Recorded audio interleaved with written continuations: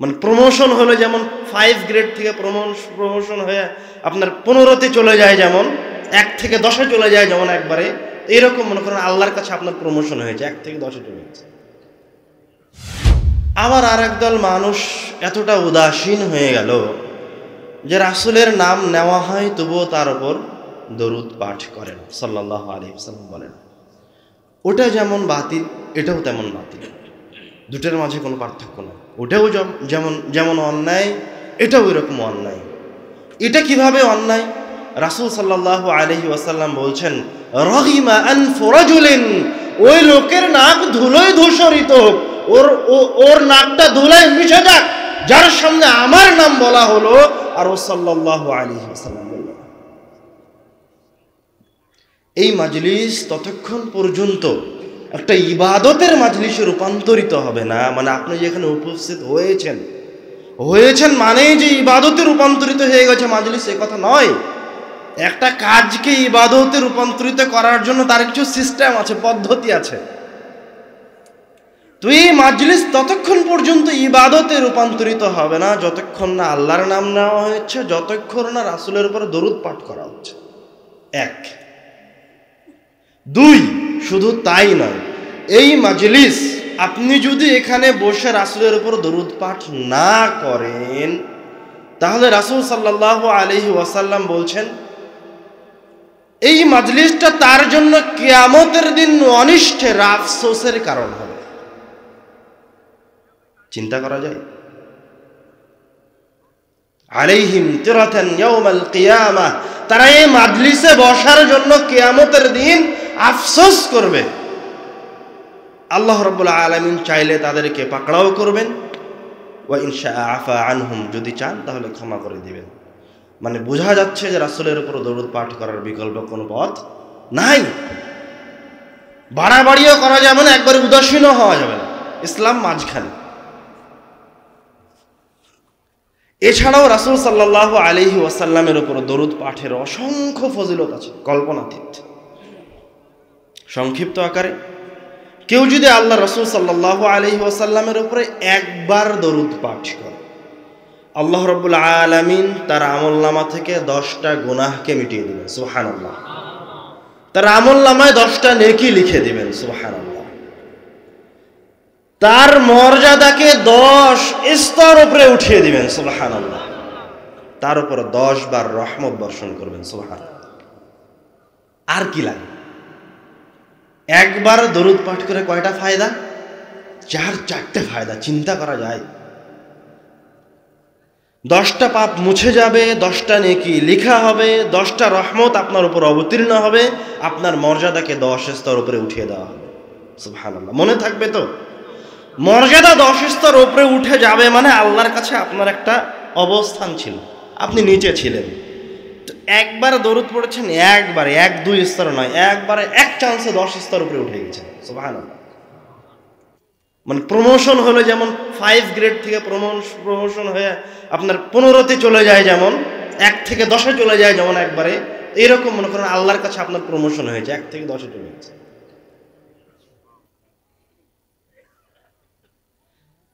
عن أبي بن كعب رضي الله تعالى عنه قال, أبي بن كعب رضي الله تعالى عنه বলছে, كنت أقصر الصلاة على النبي صلى الله عليه وسلم, আমি আল্লাহ রাসূলের উপর খুব বেশি দরুদ পাঠ করতাম।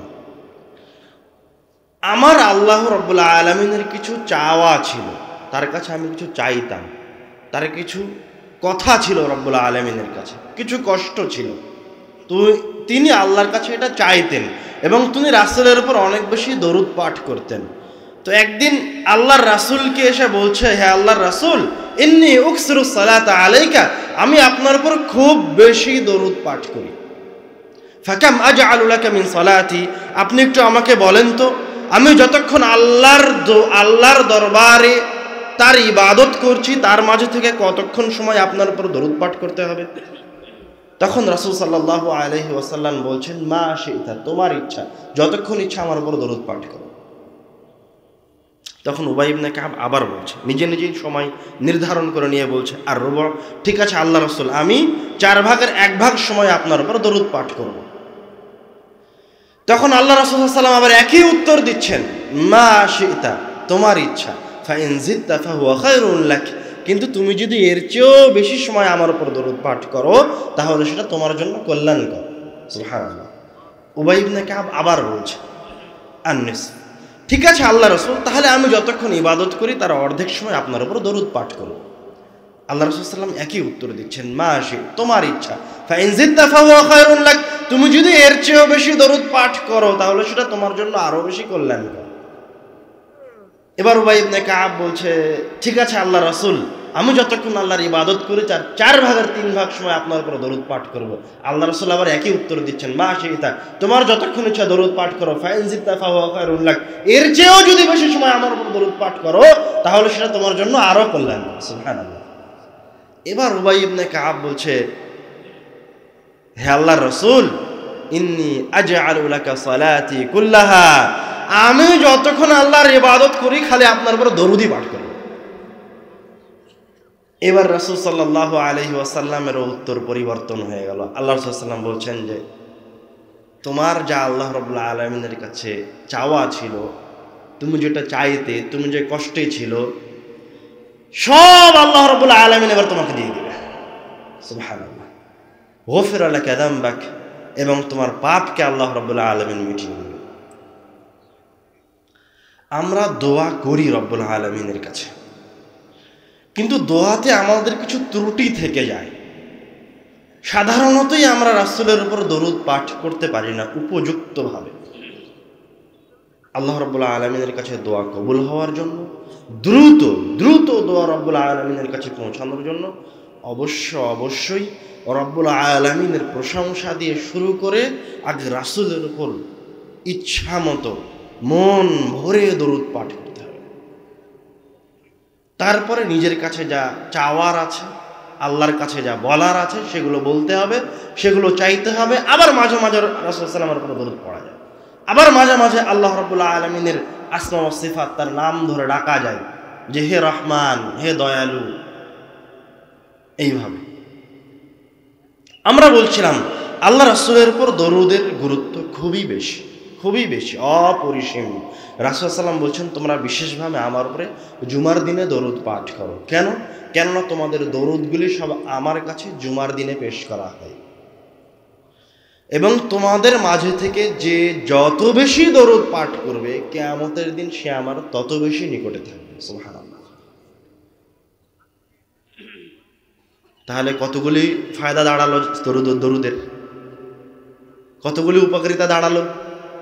যা শুনছেন তা মনে রাখতে হবে, ভুলে গেলে কাজ হবে না। প্রত্যেকটা একবারে মনোযোগ দিয়ে শুনে বার বলে মনে রাখতে হবে, ভুলে যাওয়া চলবে না।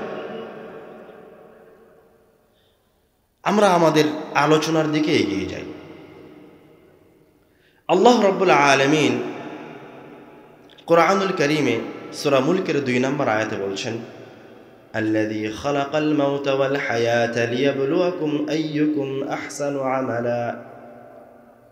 আল্লাহ রাব্বুল আলামিন জীবন এবং মৃত্যুকে সৃষ্টি করেছেন তোমাদেরকে পরীক্ষা করার জন্য। আইয়ুকুম আহসানু আমালা, কে তোমাদের মাঝে সবচেয়ে সুন্দর ইবাদত করছে। মানে আল্লাহ আপনাকে যেই সময়টা জীবিত রেখেছেন এই পৃথিবীতে, এই সময়টা ঠিক একজন ছাত্র পরীক্ষার হলে পরীক্ষা দিলে যেমন তার 2 ঘন্টা সময় থাকে, শেষ হলে পরীক্ষার খাতা নিয়ে নেওয়া হয়, সময় শুরু হলে প্রশ্ন দেওয়া হয়, শেষ হলে পরীক্ষার খাতা নিয়ে নেওয়া হয়, ঠিক রব্বুল আলামিনের কাছে আপনার দুনিয়াবী জীবনটা ওই রকম। আপনি এখন চিন্তা করেন যে আপনার জীবনের যে 20 বছর পার হলো, এখন চিন্তা করেন মনে হবে যেন খুব বেশি হলে 2 দিনের মতো মনে হচ্ছে আমার কাছে, মনে হয় না? কিয়ামতের একদিন পৃথিবীতে আপনার 60 বছরের সময়টা কিয়ামতের একদিনের কাছে সর্বোচ্চ 2 থেকে 3 মিনিট সময়। এই 2 থেকে 3 মিনিট সময়, এর জন্য আমরা কত কি করি। অথচ এটা কিয়ামতের দিনে আপনি যেই সময়টুকু দাঁড়িয়ে থাকবেন ওই কিয়ামতের ময়দানে তার শুধুমাত্র 2 থেকে 3 মিনিট সময় হবে। আল্লাহ রাব্বুল আলামিন আমাদেরকে এই দুনিয়াতে শুধুমাত্র পরীক্ষা করার জন্য পাঠিয়েছেন। পরীক্ষা যখন শেষ হয়ে যাবে, খাতা নেওয়ার সময় হবে, তখন রাব্বুল আলামিনের কাছে বান্দা 2 ভাগে বিভক্ত। একটা ভালো বান্দা আর একটা হচ্ছে খারাপ বান্দা। যে ভালো বান্দা তার রূহ একভাবে কবজ করা হবে, যে খারাপ বান্দা তার রূহ আরেকভাবে কবজ করা হবে। আমরা এই পর্যায়ে রাসূল সাল্লাল্লাহু আলাইহি ওয়াসাল্লামের একটা লম্বা হাদিসের দিকে এগিয়ে যাচ্ছি, মনোযোগ দিয়ে শুনবেন। আন আল বারা ইবনে আযিব রাদিয়াল্লাহু তাআলা আনহু قال, বারা বিন আযিব রাদিয়াল্লাহু তাআলা আনহু বলছেন, খরাজনা মা রাসূলিল্লাহি সাল্লাল্লাহু আলাইহি ওয়াসাল্লাম, বলেন সাল্লাল্লাহু আলাইহি ওয়াসাল্লাম। খবরদার একবারের জন্য ভুলে যাবেন, অভ্যস্ত হন। এই বক্তব্যে যতবার রাসূলের নাম আসবে একবারও যেন সাল্লাল্লাহু আলাইহি ওয়াসাল্লাম ছুটে না যায়, ইনশাআল্লাহ। বারা বিন আযিব রাদিয়াল্লাহু তাআলা আনহু বলছেন, আমরা আল্লাহ রাসূলের সাথে একজন আনসার সাহাবীর জানাজার জন্য বের হলাম। ফান্তাহাইনা ইলাল কবরি ওয়ালাম্মা ইউলহাদ, আমরা কবরস্থানে গিয়ে পৌঁছালাম, এখন পর্যন্ত তার কবরটা খনন করা হয়নি। ফাজালাস রাসূলুল্লাহ সাল্লাল্লাহু আলাইহি ওয়াসাল্লাম, আল্লাহ রাসূল কবরস্থানে বসে গেলেন। ফাজালাসনা হাওলা, আমরা সাহাবীরাও আল্লাহ রাসূলের আশেপাশে বসে গেলাম। ওয়া ফি ইয়াদিহি উদুন ইয়ানকুতু বিহিল আরদ, আল্লাহ রাসূলের হাতে একটা খড়ি আছে, উনি খড়িটা দিয়ে মাটিতে খোঁটরাচ্ছে।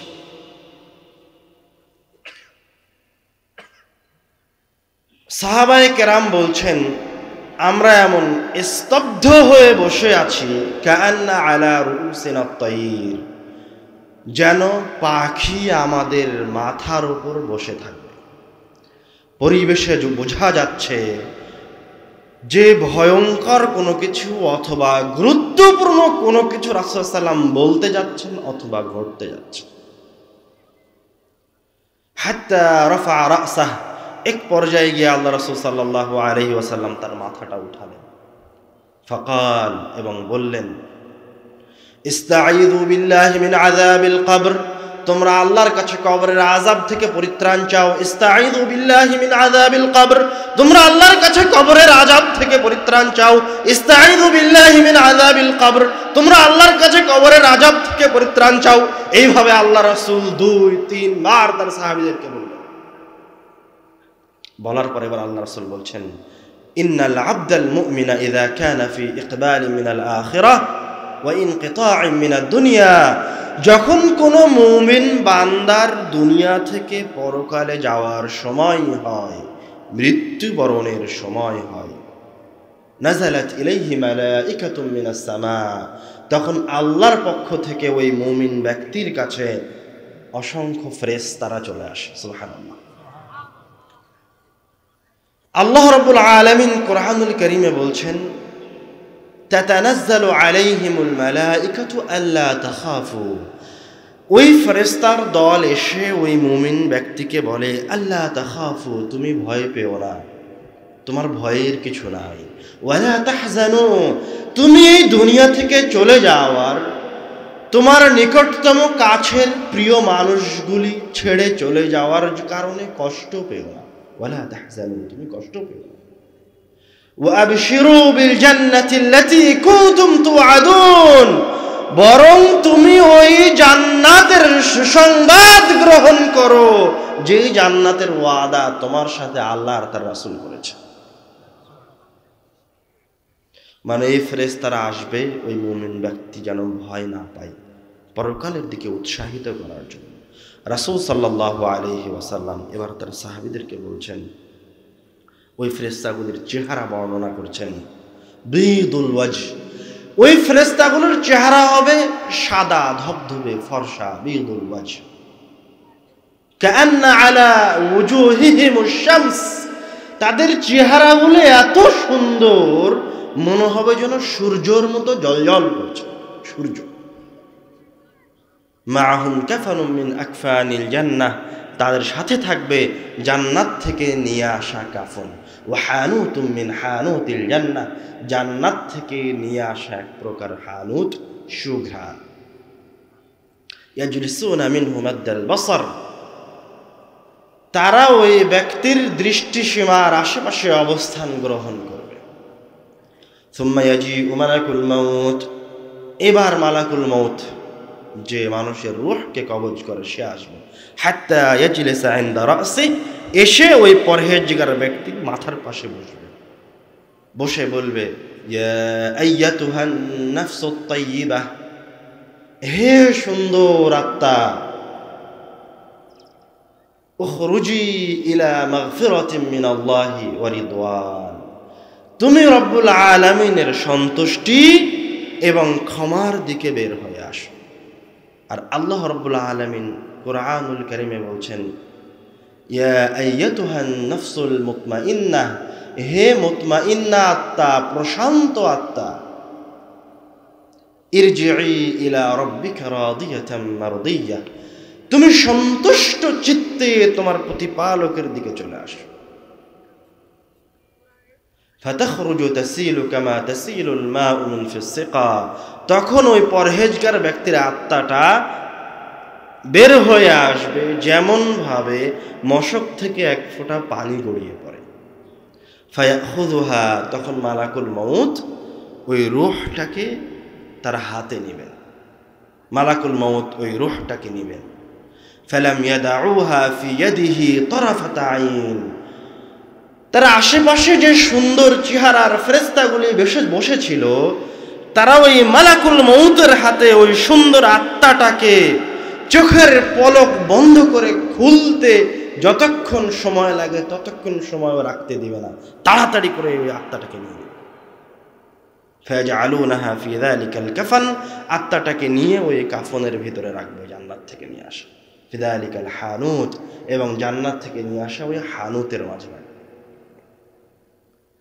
ফায়াখরুজু মিনহা, তখন ওই কাফন থেকে, ওই রূহ থেকে এত সুন্দর ঘ্রাণ বের হতে শুরু করবে, এত সুন্দর ঘ্রাণ পৃথিবীতে কোথাও নাই। ফায়াসআদুনা বিহা, এবার তারা ওই আত্মাটাকে নিয়ে, ওই কাফনটার ভিতরে আত্মাটাকে নিয়ে আসমানের দিকে যাত্রা শুরু করবে। ফালা ইয়ামুরুনা বিহা আলা মালাইন মিনাল মালাইকাতি ইল্লা ক্বালু, যখনই তারা কোনো ফেরেশতার পাশ দিয়ে, ফেরেশতা দলের পাশ দিয়ে যাবে, তখনই ওই ফেরেশতারা এদেরকে জিজ্ঞাসা করবে মা হাযার রূহুত তাইয়্যিব, আরে এত সুন্দর সুঘ্রাণযুক্ত আত্মাটা কার গো? তখন ওই ফেরেশতারা বলবে ফুলান ইবনু ফুলান, এটা হচ্ছে অমুকের সন্তান অমুক, বিআহসানি আসমাইহি আল্লাযী ইউনাদুনাহু ফিদ দুনিয়া, তাকে দুনিয়াবী জীবনে সবচেয়ে সুন্দর যেই নামটা দিয়ে ডাকা হতো ওই নামটা তারা বলবে যে মুহাম্মাদের ছেলে আব্দুল্লাহ, আব্দুর রহমানের ছেলে আব্দুর রহিম, এইভাবে তার সুন্দর নামটা উল্লেখ করবে। এই জায়গায় ওই হাদিসের মাঝে একটা কথা বলে নেই, সেটা হচ্ছে আপনি আপনার সন্তানের নামটাই তো রেখেছেন খারাপ, যার কোনো অর্থ নাই, তখন আপনার ছেলেটার নাম কি ধরে ডাকবে? আপনার ছেলেটার নামই তো দীপ্ত না হয়, প্রত্যয় না হয় রিভার, তো মানে আপনি ওর সূচনা করছেন যে ও যেন জান্নাতে না যায়, ওর জন্য যেন ভালো ফেরেশতা না আসে, আপনার পদক্ষেপটা যেন পরকালীন মুখী নয়। এই জন্য আল্লাহ রাসূল সাল্লাল্লাহু আলাইহি ওয়াসাল্লাম যখনই কোনো সাহাবীর মন্দ নাম শুনেছেন তখনই ওই নামটাকে পরিবর্তন করে দিয়েছেন। নামের ভূমিকা ইহকালেও আছে, পরকালেও আছে। আমরা বলছিলাম ফেরেশতারা ওই রূহটাকে নিয়ে আসমানের দিকে যাত্রা শুরু করেছে। ফায়ানতাহুনা বিহা ইলা সামাইদ দুনিয়া, এক পর্যায়ে তারা এইভাবে প্রথম আসমানে পৌঁছে যাবে। ফায়াস্তাফতিহুনা লাহু, প্রথম আসমানের দরজায় গিয়ে ওই আত্মার জন্য গেট খুলতে বলবে আসমানের। ফায়ুফতাহু লাহ, তখন তার জন্য আসমানের দরজাকে খুলে দেওয়া হবে। সুবহানাল্লাহ। ফায়ুশাইয়ুহু মিন কুল্লি সামাইন মুকাররিবুহা, এবং এই সুন্দর আত্মাটাকে দেখে প্রত্যেক আসমানের কিছু ফেরেশতা তাকে অভ্যর্থনা জ্ঞাপন করবে এবং তাকে এক আসমান থেকে আর এক আসমানে পৌঁছে দিবে। এইভাবে আত্মা দ্বিতীয়, তৃতীয়, চতুর্থ রব্বুল আলামিনের কাছে সপ্তম আসমানে পৌঁছে যাবে। সুবহানাল্লাহ। এবার আল্লাহ রব্বুল আলামিন বলবেন, উকতুবু কিতাবা আবদি ফিল ইল্লিয়িন, আমার এই বান্দার আমলনামাকে ইল্লিয়িন, সবচেয়ে উঁচু স্তরের জান্নাতীদের যে রেজিস্টার খাতা আছে, ওই রেজিস্টার খাতার সবার উপরে আমার এই বান্দাটার নামটা লিখে রাখো। সুবহানাল্লাহ। ইল্লিয়িন। ওয়া আইদুহু ইলাল আরদ, এবং এই রূহটাকে পুনরায় এই জমিনে, এই পৃথিবীতে পাঠিয়ে দাও। ফাইন্নী মিনহা খালাকতুহুম, কেননা আমি তাকে এই মাটি থেকেই সৃষ্টি করেছি। ওয়াফিহা উঈদুহুম, এবং আবার এই মাটিতেই ফিরিয়ে দেব। ওয়ামিনহা উখরিজুহুম তারাতান উখরা, এবং তাকে আবার কিয়ামতের দিন এই মাটি থেকেই পুনরুত্থিত করব। তখন তার রূহটা আবার আল্লাহর কাছ থেকে সপ্তম আসমান থেকে দুনিয়ায় চলে আসবে। আরেকটা হাদিসে আসছে, ওই রূহটা এসে দেখবে তার সন্তানেরা তার ওই মৃত শরীরটাকে নিয়ে, অথবা তার আত্মীয় স্বজন, অথবা তার শরীরটাকে নিয়ে কেউ কবরের দিকে যাচ্ছে, বা কাফন দাফনের প্রিপারেশন চলছে। তখন ওই আত্মা বলবে, কদ্দিমুনি কদ্দিমুনি, আরে তোমরা দেরি করছো কেন, আমাকে তাড়াতাড়ি কবরে নিয়ে যাও। কদ্দিমুনি, আমাকে তাড়াতাড়ি সামনের দিকে নিয়ে যাও। তখন তাকে কবরে নিয়ে যাওয়া হবে, মাটি দেওয়া হবে। অতঃপর দুইজন ফেরেশতা আসবে, ইয়াতিহি মালাকান আসওয়াদানি আজরাকান, আল্লাহ রাসূল বলছেন তাদের গায়ের রং হবে কুচকুচে কালো, চোখগুলি হবে নীল বর্ণের, ভয়ঙ্কর ভয়ঙ্কর চেহারার ফেরেশতা। ফায়ুজলিসানিহি, তারা তাকে উঠে বসাবে। অতঃপর জিজ্ঞাসা করবে, মান রব্বুক, তোমার রবকে? তখন এই পরহেজগার আত্মা বলবে, রব্বি আল্লাহ, আমার রব হচ্ছে আল্লাহ। তখন তাকে আবার জিজ্ঞাসা করবে, মা দিন, তোমার দিন কি? তখন সে বলবে, দিন ইয়াল ইসলাম, আমার দিন হচ্ছে ইসলাম। তারপর তারা তাকে আবার জিজ্ঞাসা করবে, মা হাদার রাজুলুল্লাযী বুইসা ফীকুম, এই যে লোকটাকে দেখতে পাচ্ছ তোমাদের কাছে পাঠানো হয়েছিল, এই লোকটা কে, চিনতে পারো? তখন ও বলবে, হুয়া রাসূলুল্লাহ, আরে এটাই হচ্ছে আল্লাহর রাসূল, আমার প্রিয় রাসূল। ও আল্লাহর রাসূলকে দেখে চিনতে পারবে। এবার কার চতুর্থ প্রশ্ন করবে, মা ইউদরিকা, তুমি যে এই উত্তরগুলি দিলে, তো এগুলো তুমি কোথায় পেয়েছো? তখন ওই মুমিন বান্দা বলবে, ক্বারাতু কিতাব আল্লাহ, আমি আল্লাহর কিতাব পড়েছি। আমানতু বিহি, অতঃপর আমি তার উপর ঈমান আনয়ন করেছি। মানে আমি আল্লাহর কিতাব পড়ে, সুন্নাত পড়ে ঈমান আনয়ন করেছি। যারা সহিহ হাদিস বলতো, সঠিকভাবে কোরআনুল কারীমের আয়াতকে অনুবাদ করত, তাদের কথা শুনে, তাদের কাছে রাসূলের কথা শুনে, আল্লাহ রাব্বুল আলামিনের দ্বীনের ব্যাপারে বুঝে শুনে তারপরে ঈমান আনয়ন করেছে। ফায়ুনাদি মুনাদিম মিনাস সামা, এবার আসমান থেকে একজন আহ্বানকারী আহ্বান করবে, আন সাদাকা আবদি, আমার এই বান্দা সত্য বলেছে। সুবহানাল্লাহ। ফাফরিশুহু মিনাল জান্নাহ, এর জন্য জান্নাতের বিছানা বিছিয়ে দাও। ওয়ালবিসুহু মিনাল জান্নাহ, ওকে জান্নাতের পোশাক পরিয়ে দাও। ওয়াফতাহু লাহু বাবান ইলাল জান্নাহ, তার কবরের দিকে জান্নাতের দরজাগুলি খুলে দাও। সুবহানাল্লাহ। ওয়ায়ুনাওয়ারু লাহু কবরাহ, তার কবরকে আলোকিত করে দেওয়া হবে এবং তার কবরকে এত প্রশস্ত করে দেওয়া হবে, মাদ্দা বাসারি, যতদূর পর্যন্ত তার দৃষ্টি সীমা যায়। ফায়াতিহি মিন রিহিহা ওয়া তিবিহা, তখন জান্নাত থেকে জান্নাতের সুঘ্রাণ আর জান্নাতের বাতাস ওই কবরে প্রবেশ করতে থাকবে। বলেন দেখে আল্লাহ রাসূল আর তার সাহাবীরা কোথায় এখন? কোথায় আল্লাহ রাসূল আর তার সাহাবীরা? কবরস্থানে। মাশাআল্লাহ, মনোযোগ দিয়ে শুনছেন, বোঝা যাচ্ছে। মনোযোগ দিয়ে শুনেন, অন্যদিকে চলে যাবেন না। আল্লাহ রাসূল বলছেন, এমন তো অবস্থায় তার কাছে একজন লোক আসবে, হাসানুল ওয়াজ, যার চেহারাটা সুন্দর, তৈয়বুর রিহ, যার শরীর থেকে সুঘ্রাণ বের হচ্ছে, এরকম একজন ব্যক্তি তার কাছে এসে তার কবরে প্রবেশ করবে। এসে বলবে, আবশির বিল্লাযী ইয়াসুররুক, আরে যে জিনিসটা তোমাকে খুব খুশি করছিল, এতক্ষণ যে তুমি খুব আনন্দে আছো, সেই বিষয়ে আরো কিছু সংবাদ গ্রহণ করো। তখন এই পরহেজগার ব্যক্তি বলবে, ওয়াজহুকাল ওয়াজহু লা ইয়াতি ইল্লা বিল খাইর, মান আনতা, তুমি কে? তোমার চেহারাটা দেখেই মনে হচ্ছে নিশ্চয় তুমি কোনো সুসংবাদই নিয়ে এসেছো। তখন ওই ব্যক্তি বলবে, আনা আমালুকা সালিহ, আমি হচ্ছি তোমার দুনিয়াবী জীবনের ভালো কাজ। এবার বান্দা তার আমলনামা পেয়ে গেছে, খুশি হয়ে যাবে। খুশিতে রব্বুল আলামিনকে বলবে, রব্বি আকিমিস সাআ, হে আল্লাহ তুমি এখনই বিচারের দিবস অনুষ্ঠিত করো, কিয়ামত এখনই করো। সে বলবে, আরজিউ ইলা আহলি ফাউখবিরুহুম, আমি আমার পরিবারের কাছে ফিরে যেতে চাই, আমি একটু তাদেরকে বলতে চাই আমি এখন কি অবস্থায় আছি। তখন ফেরেশতা তাকে বলবে, তাকে বলা হবে, নাম, না এখন তুমি একটু ঘুমাও।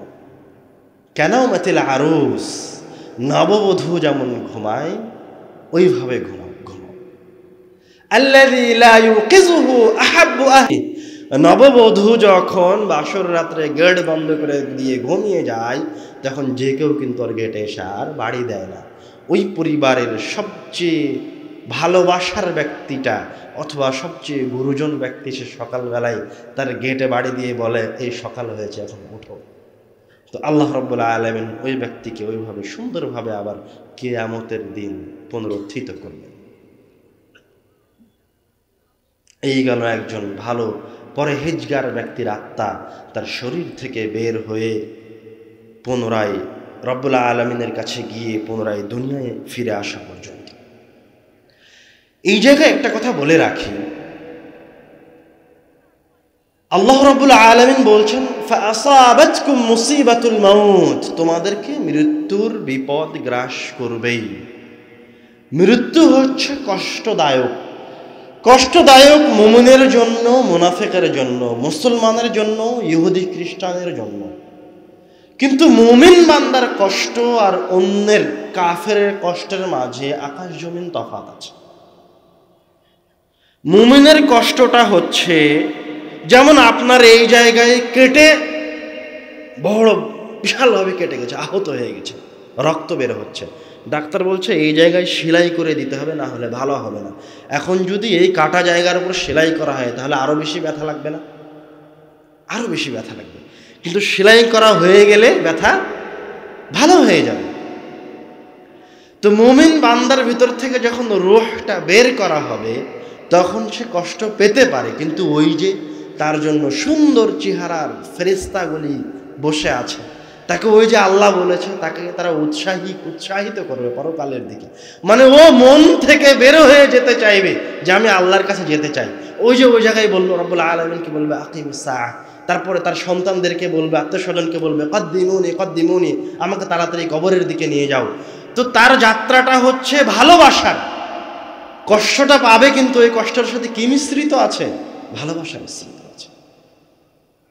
এবার আসেন রাসূল সাল্লাল্লাহু আলাইহি ওয়াসাল্লাম ওই কবরস্থানে বসেই তার সাহাবীদেরকে একজন কাফের পাপিষ্ঠ ব্যক্তির আত্মা বের হওয়ার ঘটনা বলছেন।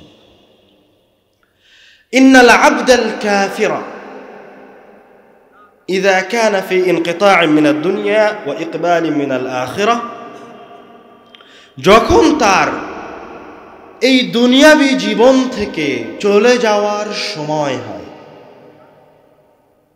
তখন আল্লাহ রাব্বুল আলামিনের পক্ষ থেকে এই পাপিষ্ঠ বান্দার জন্য অসংখ্য ফেরেশতা আসমান থেকে নেমে আসে।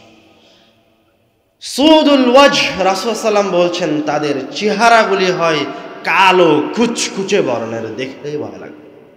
সুম্মা ইয়াজিউ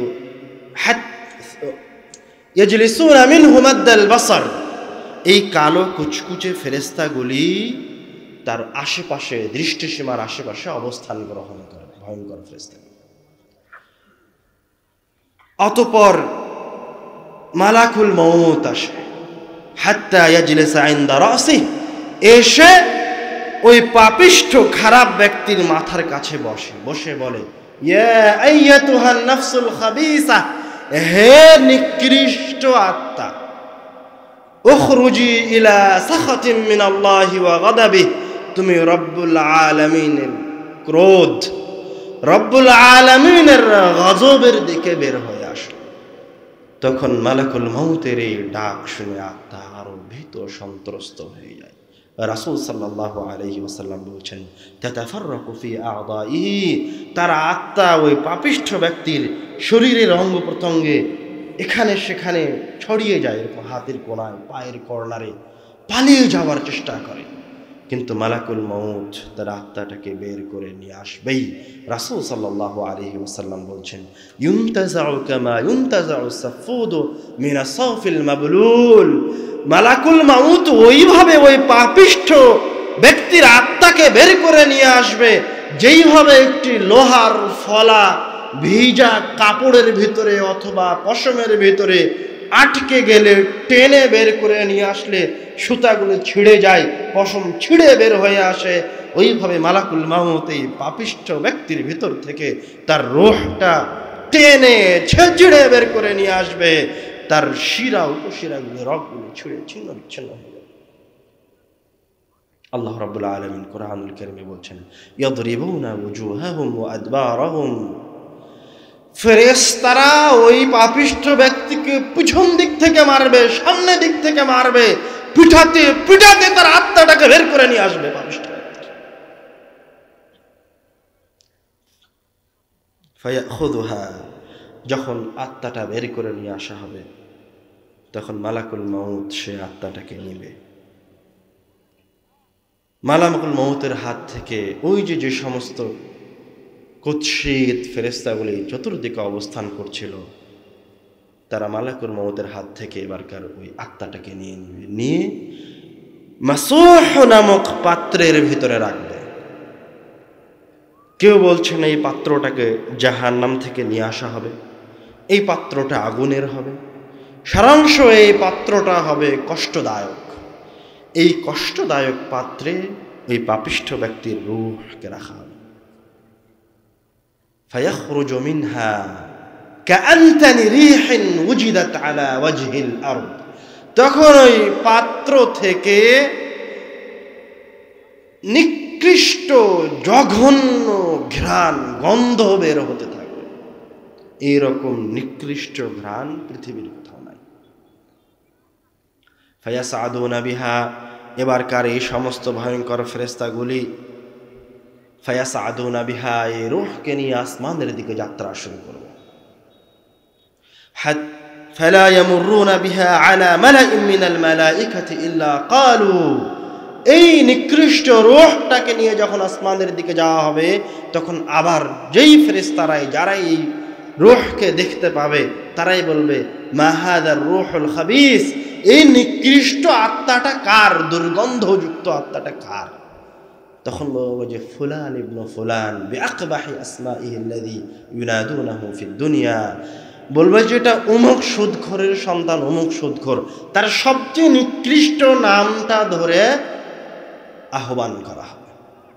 হাত্তা ইয়ানতাহুনা বিহা ইলা সামাইদ দুনিয়া, এক পর্যায়ে তারা এই রূহটাকে নিয়ে প্রথম আসমানে পৌঁছে যাবে। ফায়াস্তাফতিহুনা লাহু, এই রূহের জন্য আসমানের গেট খুলতে বলা হবে, অনুমতি চাওয়া হবে আসমানে ঢোকার। ফালা ইফতাহ, কিন্তু এই পাপিষ্ঠ ব্যক্তির জন্য আসমানের দরজাকে খোলা হবে না। আল্লাহ রাব্বুল আলামিন তখন বলবেন, উকতুবু কিতাব আবদি ফিস সিজ্জিন ফি আসফালিল আরদ, আমার এই বান্দার আমল নামাকে, এই বান্দাকে জমিনের একবারে নিচে সিজ্জিন নামক জাহান্নামে ওই সমস্ত খারাপ ব্যক্তিদের সাথে ওই জায়গায় তার জায়গা করে দেয়, তার নামটা ওইখানে দিয়ে দেয়।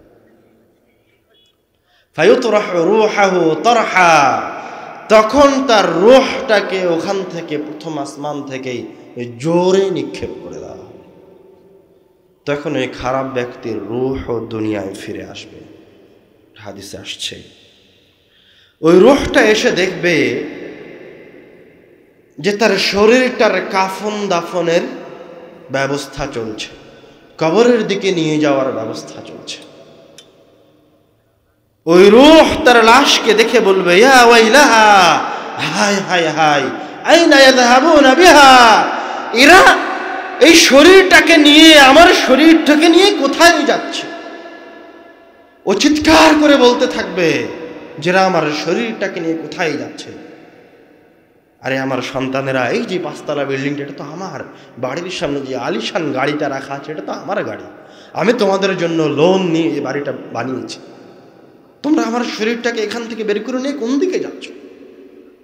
এইভাবে সে চিৎকার করতে থাকবে।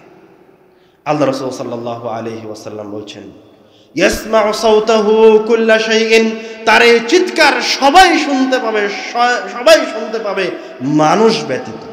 লাউ সামিআ, যদি মানুষ তার এই চিৎকার শুনতে পেত, সাইকা, তাহলে মানুষ অজ্ঞান হয়ে যেত, এত জোরে সে চিৎকার। কিন্তু তার শরীরটাকে কবরে রেখে আসা হবে, মাটি দিয়ে দেওয়া হবে। যখন তার সঙ্গী সাথী তাকে রেখে চলে যাবে, ইয়াসমাউ সাওতা কারআনি আলিহিম, তখন ওই ব্যক্তি তার সঙ্গী সাথীদের চলে যাওয়ার জুতার আওয়াজ শুনতে পাবে। ফায়াতিহি মালাকান, তারপর 2 জন ফেরেশতা আবার এই খারাপ পাপিষ্ঠ ব্যক্তির কাছেও আসবে। ফায়ুজলিসানিহি, তাকে বসাবে, বসে আবার এই ব্যক্তিকেও জিজ্ঞাসা করবে, মান রব্বুক, তোমার রব কে? বলবে, হা হা লা আদরি, আমি কিছুই জানি না। তখন তাকে আবার জিজ্ঞাসা করবে, মা দীনুক, তোমার দিন কি? আবার একই উত্তর দিবে, হা হা লা আদরি, আমি কিছুই জানি না। আবার জিজ্ঞাসা করবে, মা হাযার রাজুলুল্লাযী বুইসা ফীকুম, এই লোকটি কে যাকে তোমাদের মাঝে পাঠানো হয়েছিল? বলবে, হা হা লা আদরি, আমি কিছুই জানি না। সে আল্লাহর রাসূল কেউ চিনতে পারবে না। ফায়ুনাদি মুনাদি মিনাস সামা, তখন আসমান থেকে একজন আহ্বানকারী বলবে, চিৎকার করে বলবে, আওয়াজ করে বলবে, আন কাযাবা আবদি, আমার এই বান্দা মিথ্যা বলেছে। ফাফরিশুহু মিনান নার, তার জন্য জাহান্নামের বিছানা বিছিয়ে দাও। ওয়ালবিসুহু মিনান নার, তাকে জাহান্নামের পোশাক পরিয়ে দাও। ওয়াফতাহু লাহু বাবান ইলান নার, তার কবর থেকে জাহান্নামের দিকে দরজাগুলো খুলে দাও। ফায়াতিহি মিন রিহিহা ওয়া সামুমিহা, তখন জাহান্নাম থেকে, জাহান্নামের সেই উত্তপ্ত বাতাসগুলি তার কবরে প্রবেশ করতে থাকবে, জাহান্নামের নিকৃষ্ট ঘ্রাণ তার কবরে আসতে থাকবে। আরেকটা হাদিসে বলা হচ্ছে, তার কবরকে সংকীর্ণ করে দেওয়া হবে, এত সংকীর্ণ করা হবে যে তার শরীরের একটা অংশ, একটা হাড়, এক পাঁজর আরেক পাঁজরের ভিতরে ঢুকে যাবে।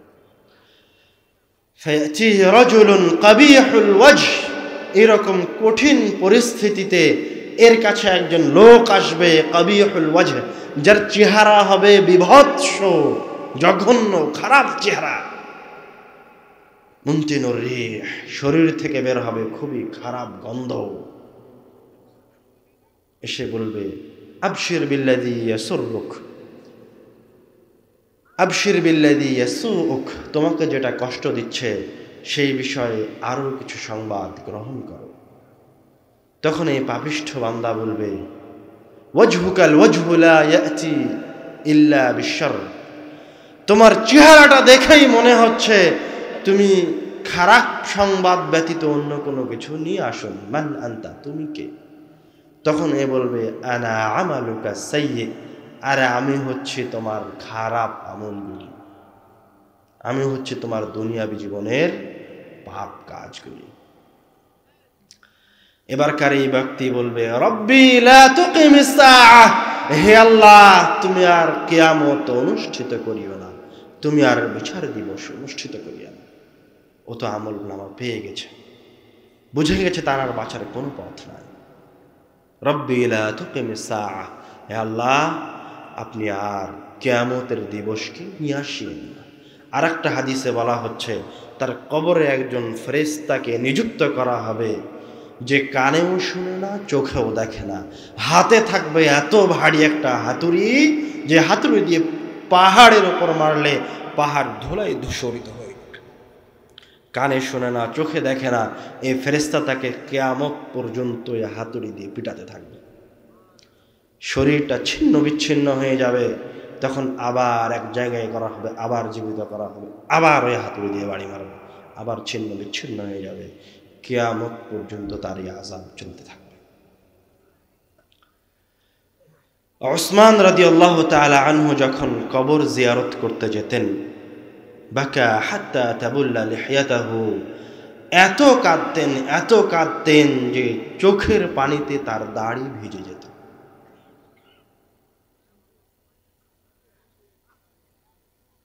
তখন সাহাবায়ে কেরাম উসমান রাদিয়াল্লাহু তাআলা আনহুকে জিজ্ঞাসা করতেন, তাবকি মিন হাদা, আপনি এটা দেখে, এই মাটি, এই কবর দেখে কান্না করছেন,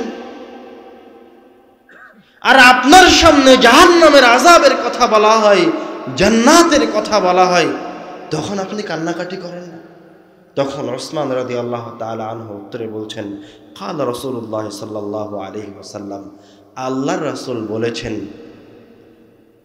কবর হচ্ছে আউয়ালু মানজিলুন মিন মানাজিলিল আখিরাহ, কবর হচ্ছে পরকালের ধাপ সমূহের প্রথম ধাপ। ফাইন নাজা মিনহা, যদি কেউ এই জায়গায় বেঁচে যায়, ফামা বা'দাহু আইসারা মিন, তাহলে তার জন্য পরের স্টেপগুলি, বিচার দিবস, আরো অন্য স্টেপ, পুলসিরাত, এগুলি তার জন্য আরো সহজ হয়ে গেল। আর যদি এই জায়গায় ধরা পড়ে যায়, তাহলে তার জন্য পরের ধাপগুলি আরো বেশি কষ্টকর। আসমা বিনতে আবু বকর রাদিয়াল্লাহু তাআলা আনহুমা বলছেন, কামা রাসূলুল্লাহ সাল্লাল্লাহু আলাইহি ওয়াসাল্লাম খাতিবান, আল্লাহর রাসূল সাল্লাল্লাহু আলাইহি ওয়াসাল্লাম বক্তব্য দেওয়ার জন্য দাঁড়ালেন সাহাবীদের সামনে। ফাযাকারা আন ফিতনাতিল মাউত, দাঁড়িয়ে তিনি মৃত্যুর ফিতনা সম্পর্কে বলতে লাগলেন। ফালাম্মা যাকারা যালিক, যখন আল্লাহ রাসূল সাল্লাল্লাহু আলাইহি ওয়াসাল্লাম মৃত্যুর ফিতনা সম্পর্কে বলতে থাকলেন তার সাহাবায়ে কেরামগণকে, দাজ্জাল মুসলিমুনা দাজ্জা, তখন তার সাহাবায়ে কেরামগণ, মুসলমানেরা ভয়ে ভীত সন্ত্রস্ত হয়ে গেল। তারা মসজিদের ভিতরে কান্নাকাটি করতে লাগলো। ইবনে হাজার আসকালানী ফাতহুল বারীতে বলছেন যে সাহাবায়ে কেরামগণের এই কান্নার আওয়াজ, মৃত্যুর ফিতনার কথা শুনে ভয়ে ভীত সন্ত্রস্ত হয়ে তাদের কান্নার আওয়াজটা এত বেশি হয়ে গেল যে রাসূল সাল্লাল্লাহু আলাইহি ওয়াসাল্লামের শেষের কথাগুলি আর শোনা যাচ্ছিল না। عن البراء بن عازب رضي الله تعالى عنه قال, বারা বিন আযিব রাদিয়াল্লাহু তাআলা আনহু বলছেন, একদা রাসূল সাল্লাল্লাহু আলাইহি ওয়াসাল্লামের সাথে আমরা একটা জানাজায় গেছি। ফাজালাসা আলা শাফিরিল কবর, রাসূল সাল্লাল্লাহু আলাইহি ওয়াসাল্লাম কবরের কিনারায় বসে গেলেন। ফাবাকা, কবরের কিনারায় বসে কাঁদতে লাগলেন। হাত্তা বাল্লা সারা, আল্লাহ রাসূল সাল্লাল্লাহু আলাইহি ওয়াসাল্লাম কবরের কিনারায় বসে এত কাঁদলেন যে তার চোখের পানিতে ওই জায়গার মাটিটা ভিজে গেল। আল্লাহ রাব্বুল আলামিনের কাছে সর্বশ্রেষ্ঠ বান্দা, সবচেয়ে প্রিয় বান্দা, সবচেয়ে নিকটতম বান্দা, যার শাফাআত ছাড়া কিয়ামতের দিনের বিচারই শুরু হবে না, উনি কবরের পাশে বসে কান্নাকাটি করছেন। আমি আপনি কোথায়? আমি আপনি কি কখনো এই মৃত্যু নিয়ে, কবর নিয়ে চিন্তা ভাবনা করেছি? আমি আপনি কি কখনো চিন্তা করেছি যে আমাদের কাছে কোন ফেরেশতা আসবে? কুৎসিত কালো বর্ণের ভয়ঙ্কর ফেরেশতা আসবে? আমাদের রূহগুলো কি সুন্দর উৎসাহের সাথে বের হয়ে আসবে, না মালাকুল মউত আল্লাহর ফেরেশতারা পিটিয়ে বের করে নিয়ে আসবে? আবু হুরায়রা রাদিয়াল্লাহু তাআলা আনহু বলছেন, রাসূল সাল্লাল্লাহু আলাইহি ওয়াসাল্লাম বলেছেন, জুরুল কুবুরা, তোমরা কবর জিয়ারত করো, ফাইন্নাহা তুযাক্কিরুকুমুল মাউত, কেননা কবর তোমাদেরকে মরণের কথা স্মরণ করিয়ে দেয়। আল্লাহ রাসূল নিজে আপনাদেরকে কবর জিয়ারত করার জন্য নির্দেশ দিচ্ছে। কেন কবর জিয়ারত করতে বলছেন? যেন আপনি নিজে এই জায়গা থেকে এই কবরে যাওয়ার জন্য প্রিপারেশন গ্রহণ করেন। এই জন্য নয় যে কবর আল্লাহর কাছে ভিক্ষা যান। ও তো আল্লাহ ছাড়া কেউ জানে না যে ওর অবস্থা কি, ওকে হাতুড় দিয়ে পিটানো হচ্ছে না তার কবরে জান্নাতের দরজা খোলা আছে, এটা তো কেউ জানে না। আল্লাহ রাসূল বলছেন আপনি কবর জিয়ারত করেন মৃত্যুকে স্মরণ করার জন্য। তো আপনি একদিন কবরস্থানে যান, আপনার দাদা দাদি অথবা বাপ অথবা মা অথবা যে আপনার নিকটতম ব্যক্তি মারা গেছে তার কবরটা একবার জিয়ারত করতে যান, তাহলে অনুভূতি আরো বেশি আসবে। গিয়ে বলেন, আসসালামু আলাইকুম ইয়া আহলাল কুবুর, হে কবরবাসী, তোমাদের ওপরে রব্বুল আলামিনের শান্তি বর্ষিত। ওয়া ইন্না ইনশাআল্লাহু বিকুম লালাহিকুন, এবং অচিরেই আমরাও তোমাদের সাথে সাক্ষাৎ করব। এই কবরে, তোমার পাশের কবরটায় গিয়ে আমিও একদিন শুইব। কবরে গিয়ে সালাম দিয়ে এই কথাটা বলেন। বলার পরে আপনি একটা কবরের পাশে দাঁড়িয়ে আরও চিন্তা করতে পারেন, মনে করতে পারেন যে যেই কবরটা আপনার সামনে, এই কবরটা হচ্ছে ব্যাংক। ব্যাংক বুঝেন? যেখানে আপনি টাকা জমা করে রাখেন, আপনার টাকাটা নিরাপদে থাকে, কেউ নিতে পারে না। তো আপনার কবরটা হচ্ছে আপনার ব্যাংক। এবার আপনি কবরটার দিকে তাকিয়ে চিন্তা করেন যে কবরে আপনার কতগুলি অর্থ সম্পদ জমা করা আছে, ওই কবরে আপনার কয় ওয়াক্ত সালাত এবং নফল সালাত জমা করা আছে, ওই কবরের ভিতরে কতগুলি সৎ আমল আছে। আবার চিন্তা করেন ওই কবরে আপনার কতগুলি অন্যায় রাখা আছে, ওই কবরে আপনার কতগুলি মানুষের উপর জুলুমকে জমা করে রাখা হয়েছে, ওই কবরে আপনার কতগুলি মিথ্যা কথা রাখা হয়েছে, ওই কবরে ওই যে আপনি একজন মেয়ের সাথে অন্যায় করেছেন, জেনায় লিপ্ত হয়েছেন, ওই রকম কতগুলি জেনা আপনার কবরে জমা করা আছে। একবার চিন্তা করতে থাকেন এইভাবে, দেখবেন আপনি উত্তর পেয়ে যাবেন যে আপনি সৎ বান্দা না খারাপ বান্দা। যে এসিটা আপনার রুম ঠান্ডা করার জন্য লাগিয়েছেন, ওই রকম কোনো এসির সম পরিমাণ টাকা কি আপনার কবরে জমা করা আছে? যে গাড়িটা আপনার বাড়ির সামনে রাখা আছে, ওই গাড়ির সমান কোনো সম্পদ কি আপনার কবরে জমা করে রাখা আছে? চিন্তা করতে থাকেন, একের পর এক চিন্তা করেন। কেননা আপনি এই দুনিয়ায় যেখানে দাঁড়িয়ে আছেন, যে কবরের উপর দাঁড়িয়ে আছেন, ওইখান থেকে কয় সেকেন্ড পরে, কয় মিনিট পরে ওই মাটির নিচে চলে যাবেন, এটা আপনি জানেন। আল্লাহ রাব্বুল আলামিন কোরআনুল কারীমে বলছেন, যখন কবরবাসীকে শাস্তি দেওয়া শুরু করা হবে, ইস্তারিখুনা ফীহ, তখন তারা সেই কবরে জোরে জোরে চিৎকার করে বলবে, হ্যাঁ আমার রব, আমাদেরকে আবার দুনিয়ায় ফিরিয়ে দিন, আমাদেরকে আবার দুনিয়ায় একবার যাওয়ার সুযোগ করে দিন, আমরা ভালো কাজ করব, আগে যে সমস্ত কাজ করতাম ওইগুলি আর কোনো দিন করবো না। তখন আল্লাহর পক্ষ থেকে আপনাদেরকে বলা হবে যে তোমাদেরকে দুনিয়াতেও সতর্ক করার জন্য একজন ব্যক্তি এসেছিল, আমার দায়ীরা এসেছিল, আমার রাসূলেরা এসেছিল, আলেম ওলামারা, আমার রাসূলের অনুসারীরা এসেছিল, ওয়ারিসরা এসেছিল, এসে তোমাকে এই কবরের আযাবের কথাই বলে গেছে, এই জাহান্নামের আযাবের কথাই তোমার সামনে বলেছিল, তোমাকে জান্নাতীদের কথাও বলেছিল, জাহান্নামীদের কথাও বলেছিল। ওই দিন তুমি ভালো হওনি, আজ আর এখান থেকে ফিরে যাওয়ার কোনো সুযোগ নাই, আজ আর ভালো হওয়ার কোনো সুযোগ নাই। আমরা আমাদের আলোচনার শেষে এই পরকালকে, মৃত্যুকে সামনে রেখে আপনাদের সামনে যে গুটি কয়েকটা নসিহা রেখে যেতে চাই। তার প্রথম নসিহা হচ্ছে আল্লাহ রাসূল যে হাদিসটা বললেন, জুরুল কবর, তোমরা কবরকে জিয়ারত করো, প্রথম। দ্বিতীয় নসিহা হচ্ছে ছোট ছোট দুইটি কারণে মানুষকে কবরে শাস্তি দেওয়া হবে। তার একটা হচ্ছে পেশাব করার সময় সতর্কতা অবলম্বন না করা, গায়ে যদি পেশাব ছিটে আসে তাহলে তাকে কবরে শাস্তি দেওয়া হবে। আরেকটা ছোট পাপের কারণে কবরে শাস্তি দেওয়া হবে, সেটা হচ্ছে আরেকটা ছোট পাপের কারণে কবরে শাস্তি দেওয়া হবে, সেটা হচ্ছে নামিমা, মানুষের নামে মিথ্যা কথা বলা, অপবাদ দেওয়া, মানুষের নামে আরেকজনের কাছে গিয়ে গীবত করা, যেটা আমাদের ঘরে ঘরে পাড়ায় পাড়ায় এরকম কিছু মহিলা পাবেন যে কোথায় কি হয়েছে খালি শোনা মাত্রই দৌড় দিয়ে আপনার বউয়ের কাছে এসে বলবে, আরে জানিস অমুকের বাড়িতে অমুকের মেয়ে না অমুকের সাথে প্রেম করে পালিয়ে গেছে। তার সাথে আরো বাড়িয়ে চাড়িয়ে অনেক কথা বলবে।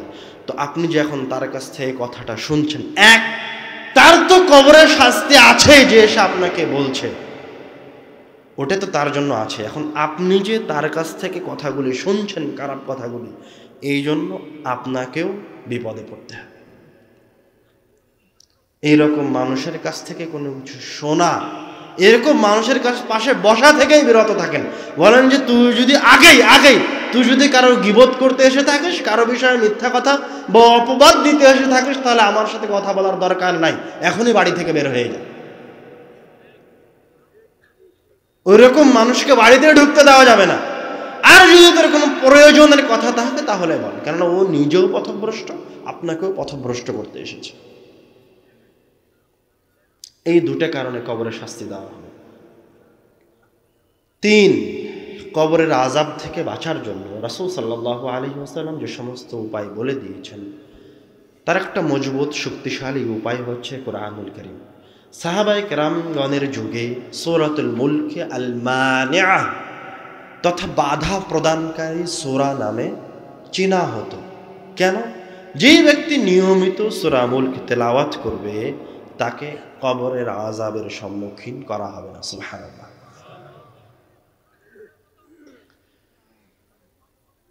পরকালের আযাব থেকে মুক্তি পাওয়ার আরেকটা শক্তিশালী মাধ্যম হতে পারে, রাসূল সাল্লাল্লাহু আলাইহি ওয়াসাল্লাম বলেছেন,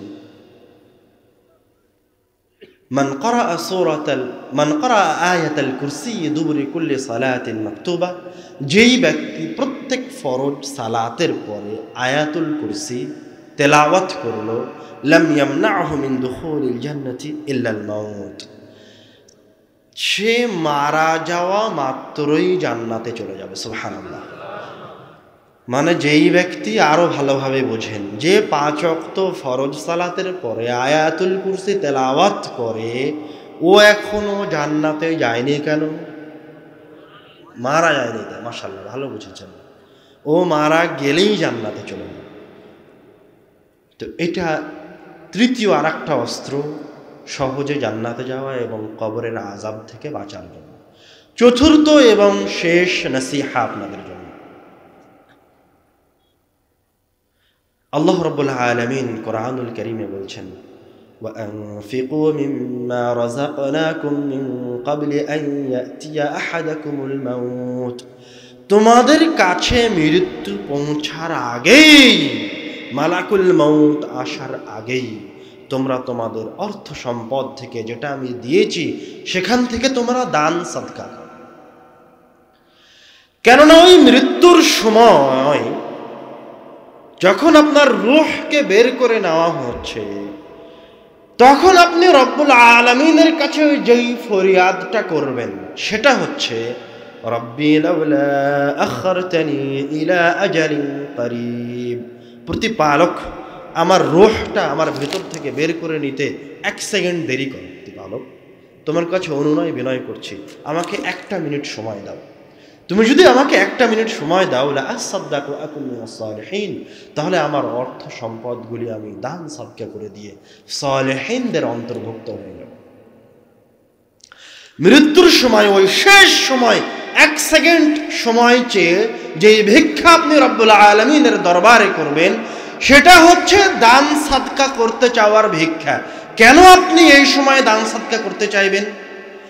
কেননা আপনি যখন মারা যাবেন, আলেম ওলামাগণ বলছেন, বড় বড় বিদ্বানগণ বলছেন যে আপনি যখন মারা যাবেন তখন আপনার আমলনামার মাঝে আপনি সবচেয়ে শক্তিশালী যে আমলনামাটাকে পাবেন, সেটা হচ্ছে আপনার দান করা 10টা টাকা। মানে দানের চেয়ে শক্তিশালী কোনো ইবাদত নাই। আপনি মনে হয় এখনো বুঝতে পারেননি, দানের চেয়ে শক্তিশালী কোনো ইবাদত নাই। মানে আমাদের অন্যতম শ্রেষ্ঠ ইবাদতের মাঝে সর্বশ্রেষ্ঠ ইবাদত কি? সালাত। সর্বশ্রেষ্ঠ ইবাদত কি? সালাত। একটা মিনিট,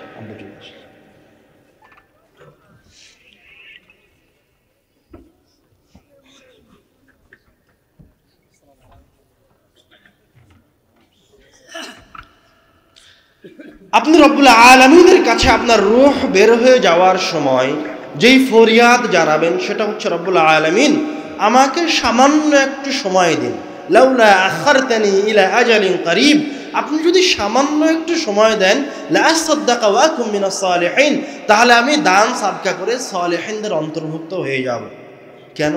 কেননা দান হচ্ছে ইবাদতের মাঝে সবচেয়ে শক্তিশালী ইবাদত। তখন আপনি আল্লাহকে একথা বলবেন না, হে আল্লাহ আমাকে 2 মিনিট সময় দাও, আমি 2 রাকাত সালাত আদায় করি। একথা বলবেন না, হে আল্লাহ আমাকে এতখানি সময় দেন যে আমি আপনার ঘর থেকে হজ করে আসি। একথা বলবেন না, আমি একদিন সিয়াম পালন করি। অন্য কোন ইবাদতের জন্য আপনি রব্বুল আলামিনের কাছে বলবেন না। তখন যে ইবাদতের জন্য রব্বুল আলামিনের কাছে ফরিয়াদ করবেন, অনুনয় বিনয় করবেন, সেটা হচ্ছে দান করা। কেননা দান হচ্ছে সবচেয়ে শক্তিশালী ইবাদত। রাসূল সাল্লাল্লাহু আলাইহি ওয়াসাল্লাম বলছেন,